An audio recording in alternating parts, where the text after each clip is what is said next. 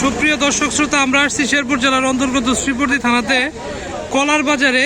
এইখানে পাইকারি কলা বিক্রি করা হয়। আচ্ছা কাকা, এই যে বড় ছুরিটা, এইরকম সাইজের ছুরিগুলা কত করে বিক্রি করেন আপনারা?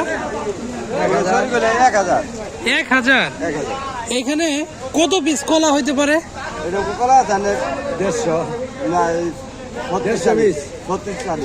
36 সালি কলা হবে। আচ্ছা, 150, তাই না? 150 পিস কলা হবে। আচ্ছা, দাম যা চাইতেছে, আর এইটা কত করে হবে?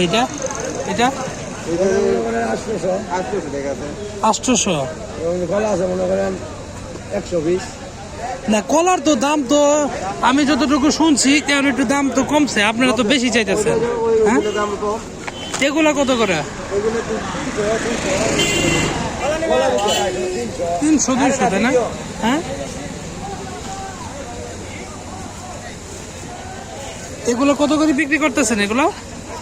হ্যাঁ, 300-320। এত কম কে? ওগুলা তো আবার 1000 চাইতেছে।